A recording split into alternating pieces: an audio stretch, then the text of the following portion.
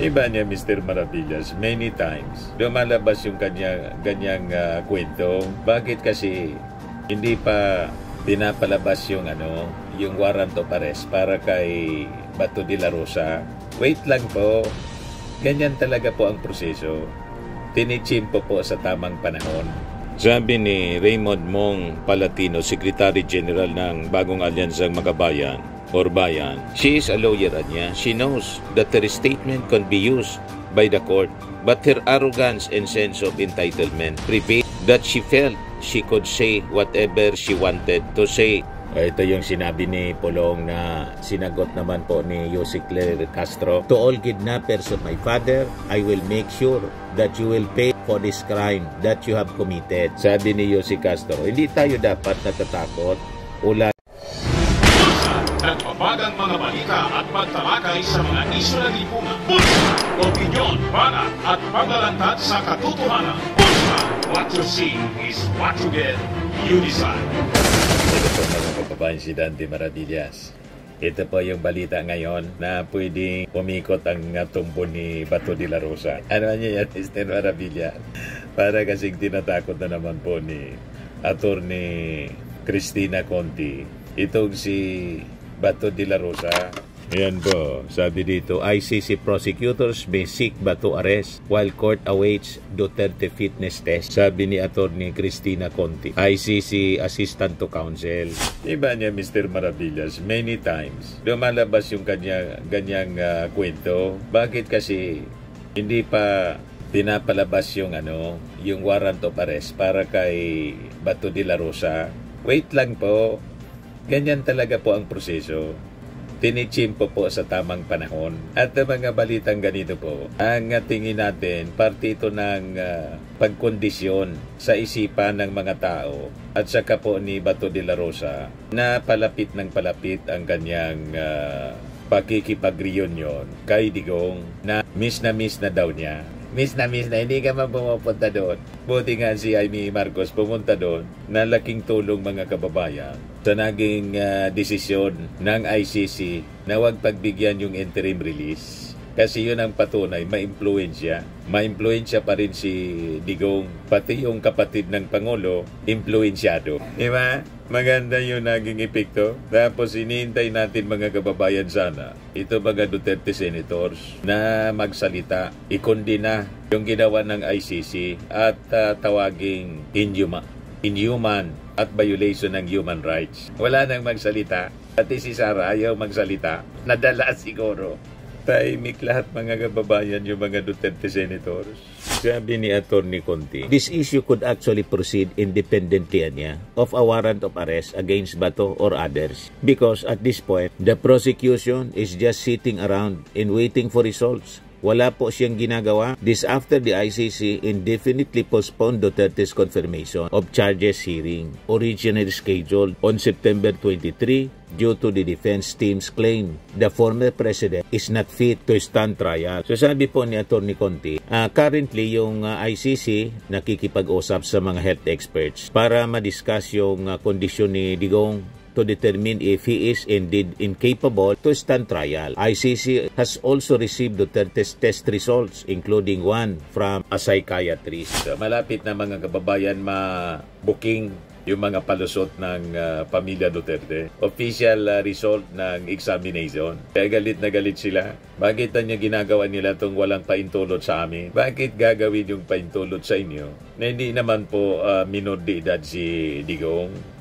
Ang dapat may paintulot kung minor de edad, senior citizen na po si Digong. At siya mismo yung gumawa ng paintulot. Kahit ngayong pagbisita po, pinaintulutan daw.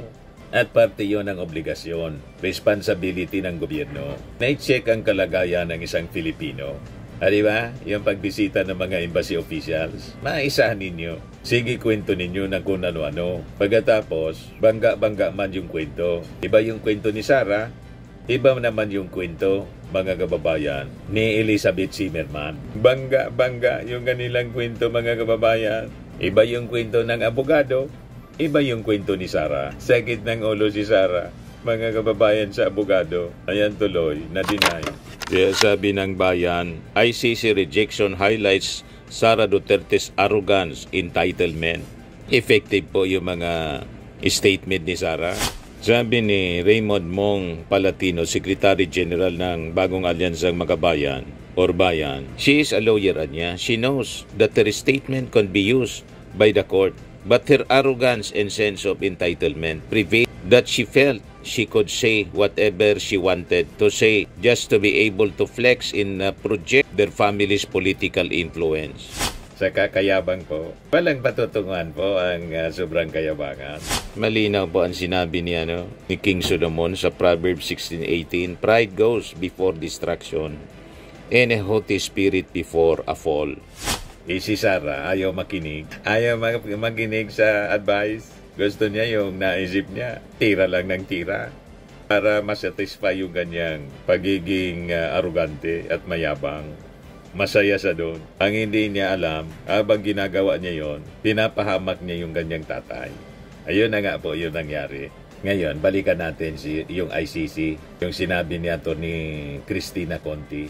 Sabi po ni Atty. Conti, De La Rosa's name was among those mentioned in the draft charges against Duterte. The prosecution has already built up a case against Bato de la Rosa. At the least, Bato's name even appears in the documents containing the charges.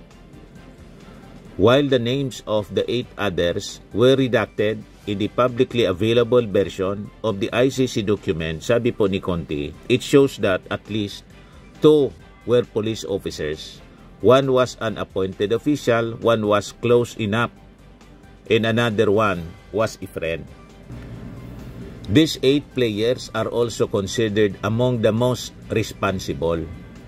Conti, however, noted that it could be difficult to arrest De La Rosa now because of various factors including his incumbency bilang isang senador. The Philippines arresting bodies, PNP, National Bureau of Investigation, and other law enforcement agencies may also hesitate to arrest a former PNP chief. Sabi ni Conti, for us, the reasonable or most probable time, including possible appeals, would be January, February, so that everything is settled. Ito yung sabi niya in relation to possible appeal the defense may file in relation to Duterte case. So, hintay-hintay lang po tayo. Kahit na marami sa ating mga kababayan naiinip na masyado sa pag-issue ng warrant of arrest laban kay Bato de la Rosa. Pati nga po si Bongo. Sabi ni Lodge Bernardo Ohala, ayan na, ICC is coming to town. Sabi ni Bob Kapangpangan, tagal naman.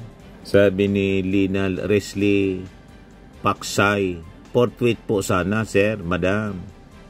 Forthwith, please. Sabi ni Alexis Ocampo, ready na si Idol Sentry, si Trillanes for the arrest. Sabi ni Lia Udadas Yadrutas, season ka na kay Tatay Duterte. Sabi ni June Baguio, he's honored to be placed at ICC jail.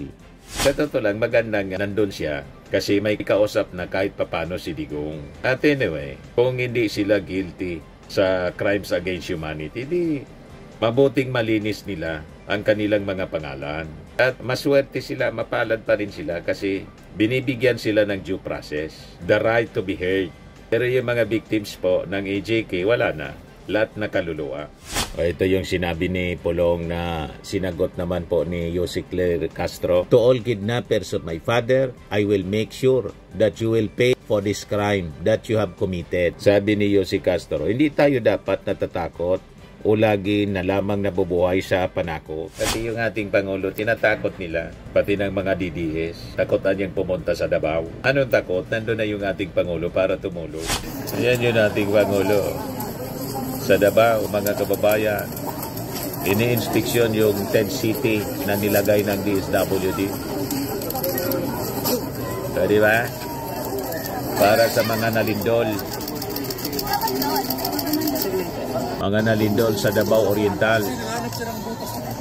Kaya masaya po yung mga nalindol. Oh. Kasi masikaso yung ating Pangulong Bongbong. At tinitingnan niya talaga. Hands-on siya. Ayaw niya yung kinikwento-kwentuhan lang ng kanyang mga cabinet secretaries. Gusto niya, mga kababayan, siya mismo ang tumitingin sa kalagayan. 158 million pesos in cash assistance ang kanyang pinamigay sa iba-ibang mga municipalities na lindol. Ayan o. O, diba? Ayan o.